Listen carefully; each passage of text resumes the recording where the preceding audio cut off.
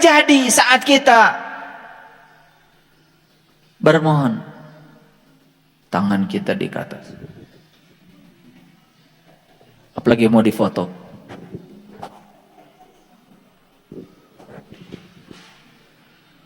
Apalagi di padang pasir.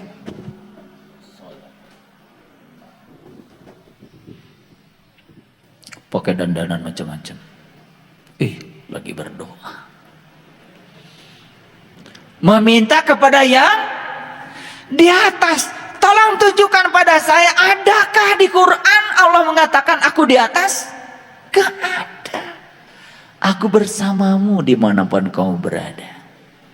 Nah, oleh karena itu, tolong. Sadar sedikit.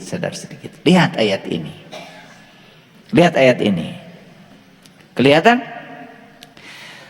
Bagaimana metode mengundang Allah versi Al-Quran? Lihat. Ini Quran surat Al-A'raf ayat 55. Bahasa Arabnya gini. Ud'u rabbakum tadarruan wa khufyatan. Ulangi.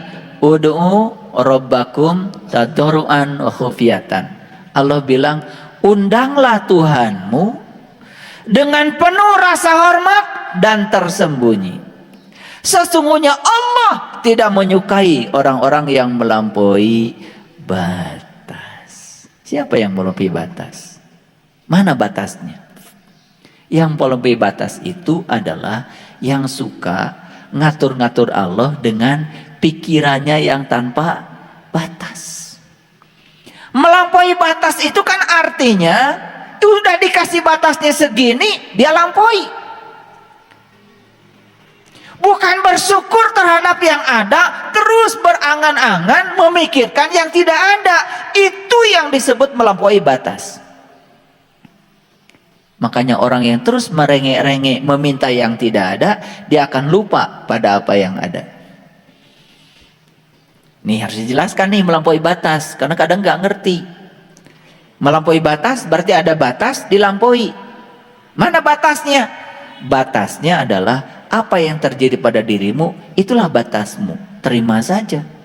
Tapi karena tidak mau menerima yang terjadi saat ini, mulai memikirkan yang tidak terjadi, yang angan-angan pikirannya, itu namanya melampaui batas. Ayo lihat saya semuanya. Jadi mengundang Allah dengan cara dua. Satu, ini Quran nih. Ud'u rabbakum tadarruan. Satu, harus penuh rasa hormat, tadarru. Tahu penuh rasa hormat?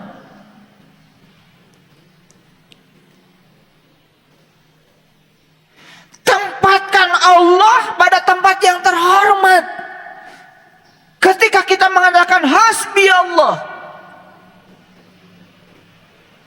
tadarru enggak itu? Tadarru enggak? Cukuplah Allah bagiku. Tadarru enggak? Tadarru banget. Berarti Allah dihargai kehadirannya. Allah dirasakan kehadirannya. Itu tadarru. Allah maha luas, minta yang luas.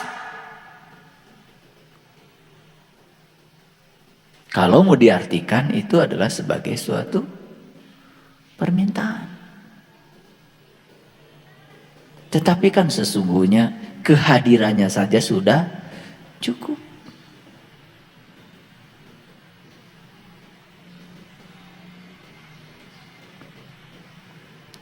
Yang kedua, tersembunyi. Tersembunyi berarti di mana? Tersembunyi. Jadi kalau gitu doa itu perlu keras-keras, perlu ada suaranya. Tersembunyi saja. Tadarru wa khufyatan. Penuh rasa hormat dan tersembunyi. Itu cara mengundang Allah. Ada nggak di sini diajarkan berdoa kepada Allah itu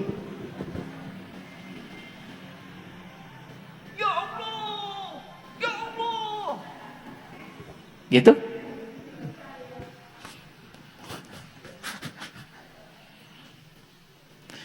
Itu kalau mau syuting begitu. Tapi Quran mengajarkan cara berdoa, cara mengundang Allah itu cuma dua aja, tadarru wa khufyatan.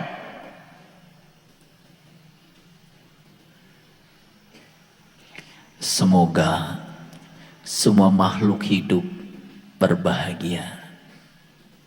Tadarru, tadarru. Semoga keluarga saya bahagia. Tetangga yang lain biarin aja. Tadarru nggak itu? Tadarru nggak itu? Dia menempatkan Allah di tempat yang sempit.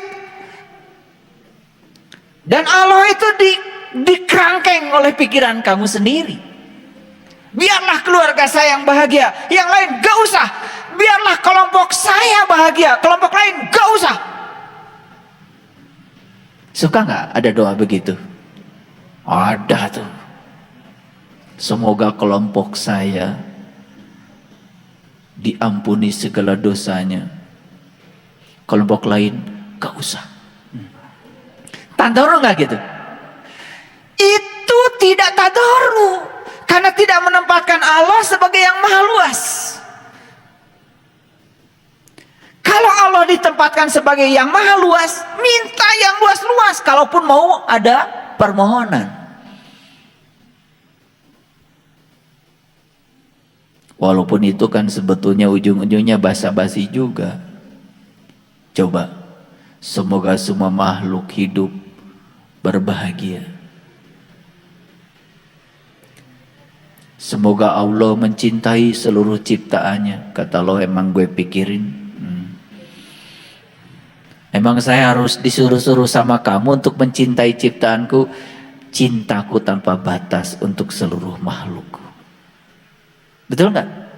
Tapi kalau semoga semua makhluk hidup berbahagia, itu masih ada nilai. Karena bahagia itu pilihan. Allah sudah menyediakan berkah buat semuanya, tetapi bahagia pilihan. Nah, kita doakan semoga semua makhluk hidup berbahagia. Apalagi ditambah semoga seluruh makhluk hidup, baik yang kelihatan maupun yang tidak kelihatan, di setiap ruang dan waktu, di semua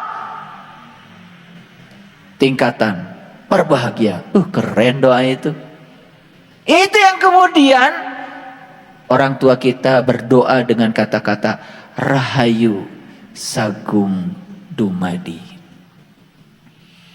Jadi bangsa Nusantara dulu cara berdoanya begitu. Rahayu Sagung Dumadi. Semoga seluruh makhluk hidup berbahagia. Doa kalian gimana? Semoga kelompok saya berbahagia. Itu nggak tadarru itu.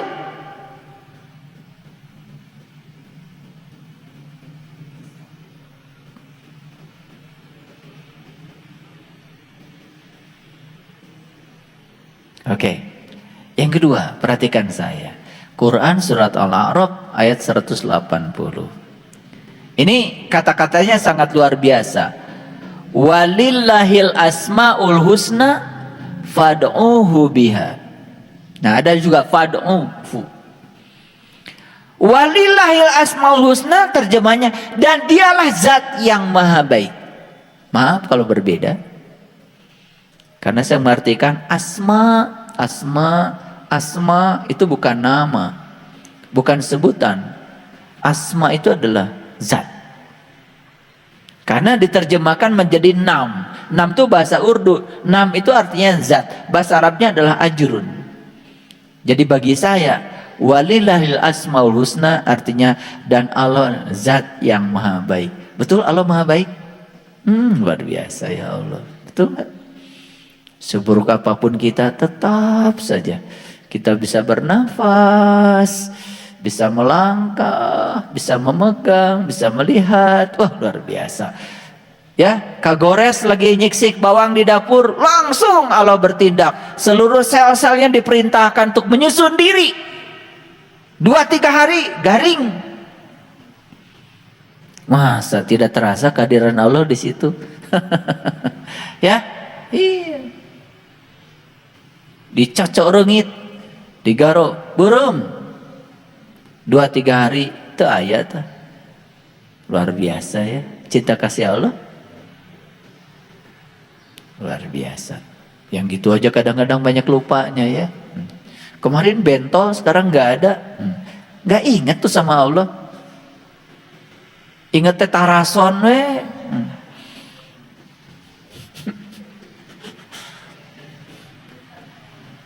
Ya.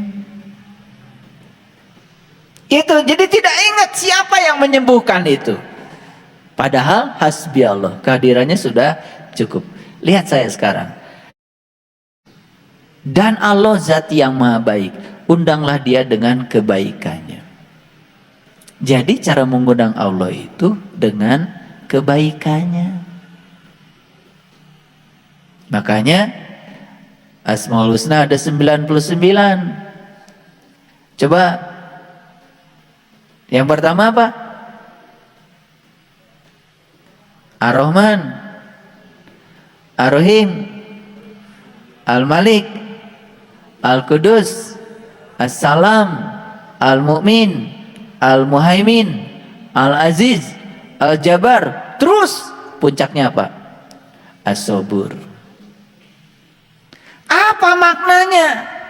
Ternyata sabar itu baru akan dicapai oleh seseorang kalau sudah melewati Ar-Rahman Ar-Rahim yang 98.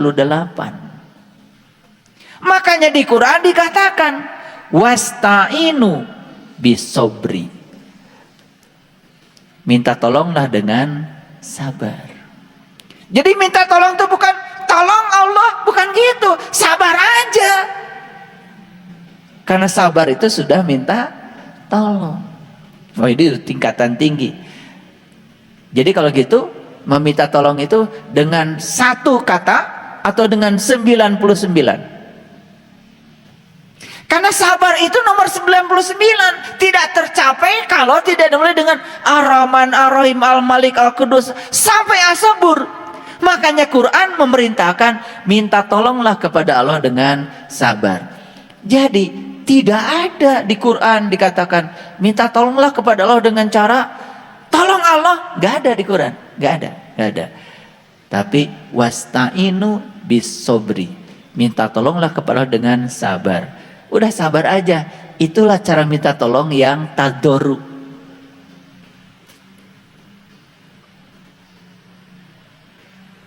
Suka minta nggak kepada Allah? Ya Allah, jadikan saya orang sabar. Suka? Nggak ada di Quran. Cukup kamu jadi orang sabar saja. Itu minta tolong pada Allah.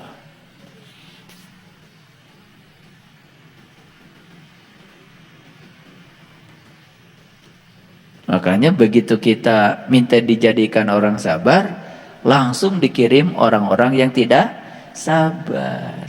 Itulah pertolongan Allah. Dan kalian selama ini salah ngaji. Allah tuh dianggap Doraemon. Ketika minta kantong ajaib, datang kantong gitu. Allah itu bekerja by proses.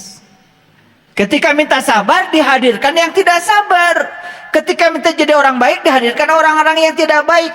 Ketika ya Allah tumbuhkan cinta kasihku padaku, dihadirkan orang-orang yang membenci kita.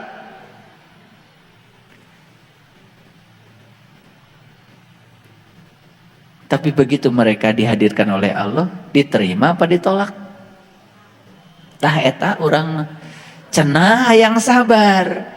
Begitu ditulung ku Allah, dihadirkan yang tidak sabar. Yang tidak sabarnya ditolak, krek iraha sabarna. Paham? Nih, ada 3 ayat nih. Ini dasarnya. Baik, sekarang lihat saya semuanya. Jadi mengundang Allah itu satu harus dengan tadoru wa khufyatan. Yang kedua tersembunyi. Yang kedua tadoru itu artinya undang Allah dengan sifat-sifat Allah. Allah maha luas, Undanglah dia dengan keluasanmu. Jadilah orang yang luas, jangan jadi orang yang sempit.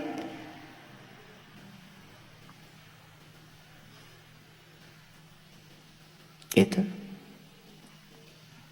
Nah, makanya saya sering mengatakan, kalau doa itu dianggap sebagai suatu permintaan, sebetulnya apa yang kita pikirkan, apa yang kita ucapkan, apa yang kita lakukan berulang-ulang, itulah yang akan membangun realitas. Hati-hati dengan pikiran, hati-hati dengan perkataan, hati-hati dengan perbuatan. Kalau itu diulang-ulang, itu yang akan terjadi. Makanya saya sudah mengajarkan, mulai dari sekarang, berhenti membicarakan sesuatu yang kalian tidak suka. Berhenti membicarakan sesuatu yang kalian tidak suka. Karena kalau dibicarakan terus-menerus, yang tidak suka akan datang terus-menerus. Berhenti memikirkan yang kalian tidak suka. Karena yang tidak suka akan datang terus-menerus. Paham? Oke. Baik, agak naik sedikit sekarang. Kalau begitu apa sih yang diinginkan Allah dari kita? Yang diinginkan Allah ini, kita disuruh keluar rumah, menikmati hidup dengan penuh tanggung jawab. Disuruh bernyanyi kita itu, disuruh menari, disuruh berolahraga, disuruh mendengarkan musik, kalau bisa bermain musik, disuruh bersenang-senang di semesta ini terhadap semua karunia yang telah diberikan Allah kepada kita. Itu sebetulnya. Makanya Allah itu tidak mau kita jadi sulit dalam kehidupan ini. Tidak mau kita jadi sempit dalam kehidupan ini. Allah nggak mau kita jadi sedih dalam kehidupan ini. Ayo keluarlah dari rumahmu. Nikmati hidup. Nikmati hidup dengan segala berkahnya yang luar biasa ini.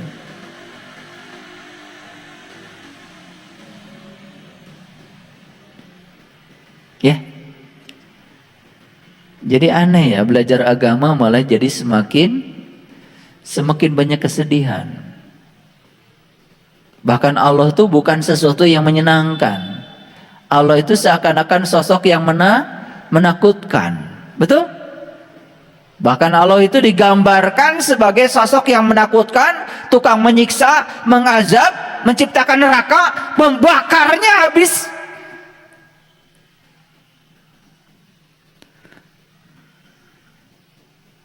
Di mana kita mau meletakkan Tuhan yang Maha Pengasih, Maha Penyayang kalau begitu? Aneh-aneh aja. Maka lihat, mohon maaf, manusia berlomba-lomba membuat bangunan dan menyebutnya itu rumah Tuhan. Makanya saya bilang tadi, ya, mungkinkah Tuhan dirumahkan oleh manusia? Kan jawabannya tidak mungkin, betul nggak? Iya, rumah Tuhan itu bluk-ablak, dan rumah Tuhan itu adalah semesta raya ini sendiri. Jadi rumah Tuhan yang sebenarnya adalah semua ciptaannya. Aneh ya sekarang. Ada rumah Tuhan yang dibikin manusia semua senang ke sana. Tapi rumah Tuhan yang ciptakan Tuhan gak pernah dikunjungi.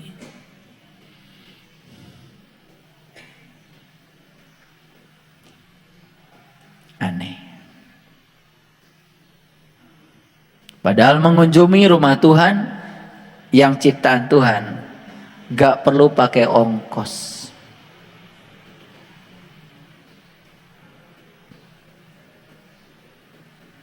Betul? Oke.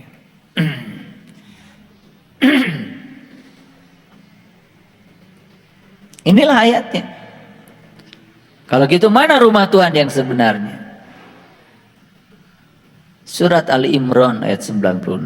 Izin kalau saya memperbaiki terjemahannya supaya sesuai dengan yang ada dalam bahasa Arabnya. Bahasa Arabnya gini, inna awala baitin wudi'a. Wudi'a apa? Wudi'a itu wudu. Wudu itu berpisah. Sebenarnya terjemahnya gini, inna awala baitin, rumah awal yang aku bangun untuk berpisahnya manusia. Wudi'a linnas. Berpisah dengan siapa? Untuk berpisah dengan yang selain manusia. Untuk berpisah dengan yang selain Allah, maksud saya. Coba lihat saya semua. Kalau saya punya 2 tempat, 1 di sini, 2 di rumah. Kalau saya tidak ada di sini, pasti ada di rumah kan? Kalau saya tidak di rumah, saya ada di sini kan? Tempat saya kan cuma 2. Oke? Lihat saya sekarang. Kalau saya melekat tangan saya pada kursi ini, jelas dong, saya tidak bisa berpisah dengan kursi ini. Tapi kalau saya berpisah dengan kursi ini, saya tidak melekat. Kan keadaan cuma begitu. Kalau berpisah tidak melekat. Kalau melekat tidak berpisah. Oke? Kita itu disuruh untuk menyatu dengan Allah. Bagaimana kita menyatu dengan Allah kalau belum berpisah dengan yang selain Allah? Maka Allah menciptakan rumah untuk kita berpisah dengan yang selain Allah. Itulah rumah awal yang Allah ciptakan. Di mana? Di sini. Begitu kita meniti ke dalam diri, berpisah nggak dengan yang di luar? Bisa nggak ngomongin orang? Bisa nggak mikirin keburukan orang? Nggak bisa. Itu namanya setannya dibelenggu. Itu namanya saum secara hakikat. Makanya begitu saum, setan dibelenggu. Karena kita berpisah. Walaupun beberapa detik saja. Fana kan? Menyatu dengan Allah berarti berpisah dengan yang selain Allah. Makanya wudi'a itu artinya berpisah. Inna awla baitin wudi'a linnas. Tapi banyak yang mengartikan wudi'a jadi tempat berkumpulnya manusia. Manusia dengan siapa? Manusia dengan manusia. Padahal yang paling penting adalah berkumpul manusia dengan Allah. Kalau manusia berkumpul dengan Allah, semua manusia berkumpul dengan Allah, kan semua manusia menjadi hasbi Allah. Betul nggak? Merasakan kehadiran Allah. Dan setiap manusia merasakan kehadiran Allah, tidak ada lagi keterpisahan dengan Allah. Baik nggak semua manusia? Baik. Dan baiknya semua manusia bisa di mana saja. Kan ada orang baik itu lagi umroh baik, lagi tidak umroh kan tidak baik. Karena lagi umroh kan ada yang namanya ihram. Jangan berkata dusta. Kita lagi ihram. Nanti kalau sudah selesai, gak apa-apa.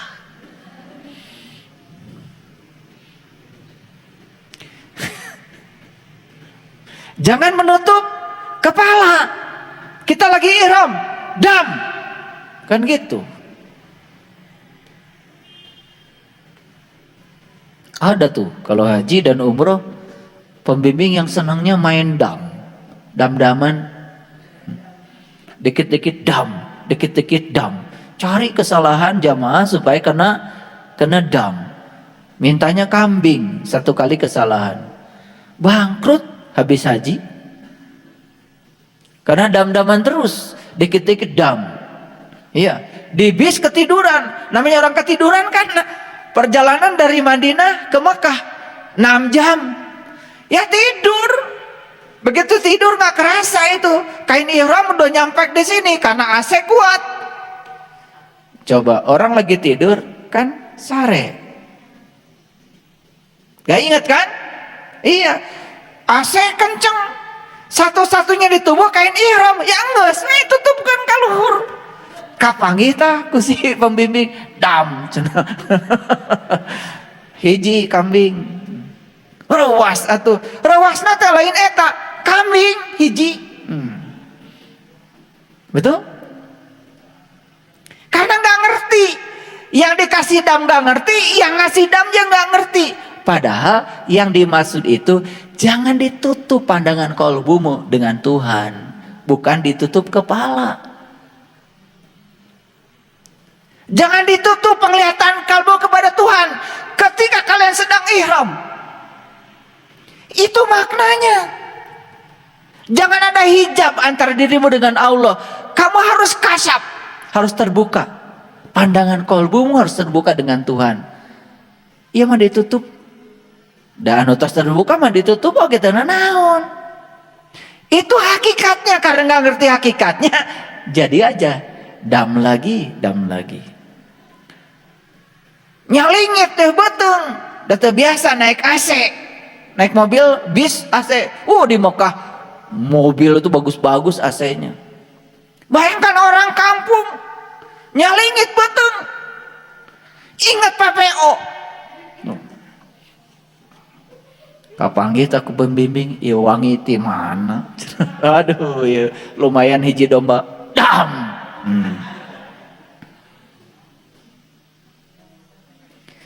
Karena esensinya nggak ngerti. Jadi murni semua itu adalah aspek fisik. Nggak ngerti. Kenapa muternya 7 kali? Kenapa harus dari Hajar Aswad? Kenapa lewat Multajam pintu Ka'bah? Kenapa lewat Makom Ibrahim Hijir Ismail? Kenapa lewat Rukun Yaman? Gak ngerti hakikatnya. Inilah kalau tidak ada pengetahuan. Makanya kebenaran itu 5 dasarnya. 1 pengetahuan. Yang kedua cinta, yang ketiga keadilan, yang keempat pengabdian, dan yang kelima adalah kesabaran. Baru kebenaran akan tegak. Makanya dikatakan 5 dasar kebenaran. 1, pengetahuan. Gak ada pengetahuan, gak ada kebenaran. 2, cinta. Gak ada cinta, tidak ada kebenaran. 3, keadilan. Tidak ada keadilan, tidak ada kebenaran. Yang keempat, pengabdian. Bohong bilang kebenaran kalau tidak ada pengabdian. Bohong. Kalian yakin dengan ilmu yang diajarkan? Yakin. Cuman yakin gak ada pengabdian. Giliran diminta pengabdian gak ada kebenaran. Bohong. Banyak yang bohong. Giliran sudah mulai pengabdian, hilang. Apalagi kesabaran. 5 dasar kebenaran. Kebenaran itu harus dibangun di atas 5 dasar. Para sahabat,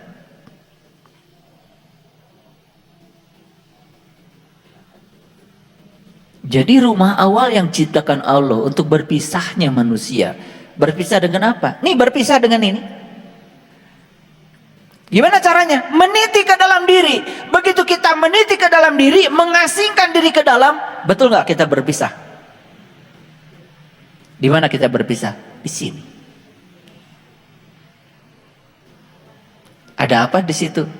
Tempat tersembunyi yang diberkahi. Betul? Betul? Begitu meniti ke dalam diri, indit bari cicing milang pah tengah lengkah. Berpisah dengan yang di luar, apa yang terjadi? Kita menuju Bakah al-Mubarakah, tempat tersembunyi yang diberkahi. Betul diberkahi di situ? Luar biasa. Yang ada cuma hangat-hangat air mata di situ. Caang baranang. Bubuy bulan. Bubuy bulan sangrai bintang. Panon poe disasate. Dipencerong, dipeleng tuh, panon poe disate. Dipeleng, ditusuk. nggak bisa berpaling dari apa yang kita lihat. Itulah lagu leluhur kita yang luar biasa, judulnya Bubui Bulan. Banyak yang nggak ngerti juga lagu itu. Makanya sebelum Bubui Bulan, lagu yang pertama digubah adalah Manuk Dadali. Mesat ngapung luhur jauh di awang-awang, meberkeun jangjangna bangun taya karingrang. Yuk beberkeun jangjang, mesat ngapung luhur jauh di awang-awang, meberkeun jangjang tamun taya karingrang. Kalau pergi ke awang-awang kan lihat bintang, betul nggak? Bubui bulan, bahasanya Sunan Kalijogo mah namanya memanjat pohon blimbing.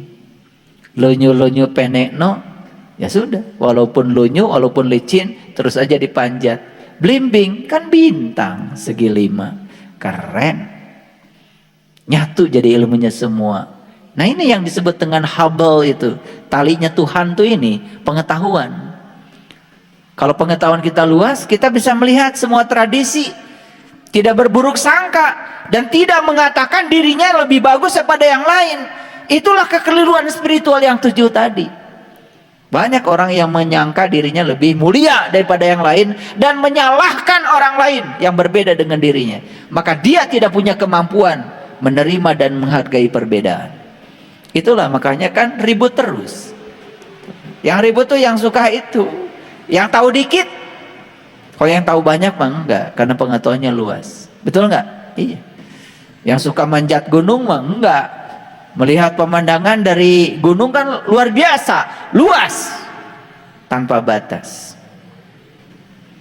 Nah, ada apa sih di dalam? Lihat saya semua. Di tempat tersembunyi yang diberkahi itu ada apa? Ada petunjuk. Hudal linas. Hudal lil alamin. Ada petunjuk bagi seluruh semesta. Ada apa lagi di dalamnya? 1, ada tanda yang terang benderang.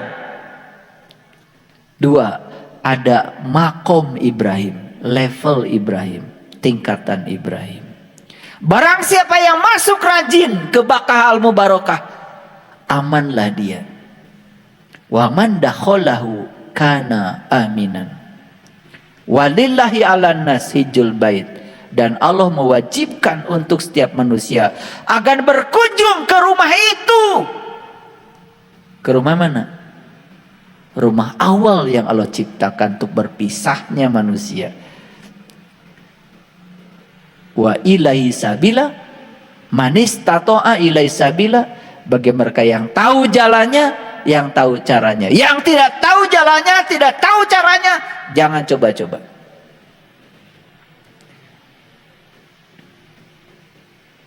Gitu. Begitu tahu jalannya, tahu kendaraannya, langsung tegar.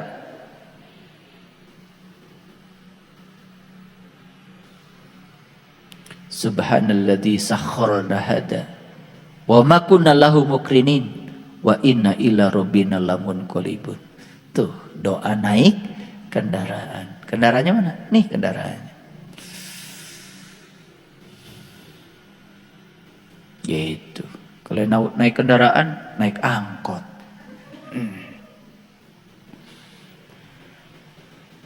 Subhanalladzi syakhkhara hada wa ma kunna lahu muqrinin wa inna ila rabbina lamunqalibun. Terima kasih Tuhan sudah mengajarkan bagaimana cara menggunakan kendaraan hebat ini agar aku bisa kembali kepadamu. Wa inna ila rabbina lamunqalibun. Gitu. Hafal ya doa itu? Hafal pasti kalian. Apalagi kalau lagi umroh, lagi haji, hafal banget. Di Indonesia nggak pernah naik mobil baca itu. Kalau di Mekah langsung pakai kacamata hitam, pakai peci, oh luar biasa. Semua udah gaya lah. Dipimpin. Mari kita berdoa dulu. Di Indonesia matara, maca eta teh. Astagfirullahaladzim, astagfirullahaladzim, astagfirullahaladzim. Allahumma, wah gitu. Allahumma, oh semua ya kompak. Sedang jadi turis.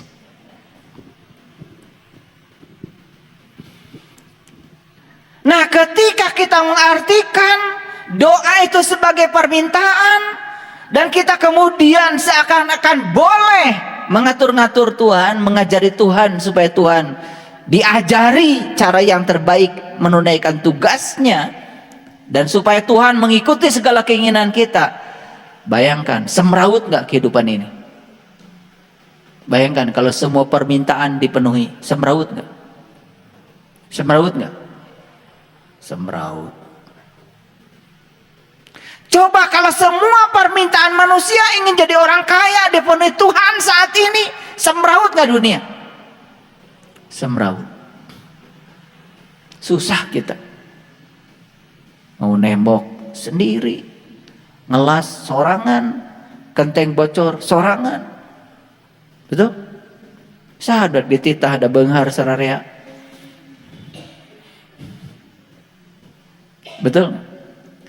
Coba kalau semua manusia minta sehat saat ini dan dikabulkan, semrawut nggak dunia? Semrawut. Negeri sehat kabeh. Karunya tuh panti pijat nu datang. Rumah sakit bangkrut kabeh. Betul nggak? Sebaliknya kalau semua manusia minta sakit, tambah parah lagi, gering kabeh, sanu rek ngarawat. Betul nggak? Saya tanya kalian, pintar nggak? Kalau manusia minta sabar sama Allah dan kemudian sabar semua, semeraut nggak semesta ini? Semeraut. Jangan dikira kalau semua sabar, semeraut, macet kabeh jalan. Dah sabar teh cari cing, mangga ti payun, mangga ti payun. Makanya Allah bilang, seandainya aku mau, aku jadikan semua jadi orang beriman. Seandainya aku mau. Tapi Allah tidak melakukannya. Jadi kita ini, mohon maaf, yang dakwah kemudian ingin semua pengikutnya beriman semua, udah melanggar.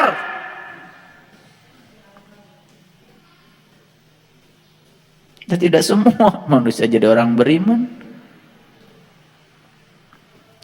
Dan kalau Allah mau dijadikan semua beriman, selesai. Tapi jadi semrawut kalau semua beriman. Awas, jangan dikira loh semua beriman tuh jadi semrawut. Apa kalau semua orang baik itu tidak semrawut? Semrawut.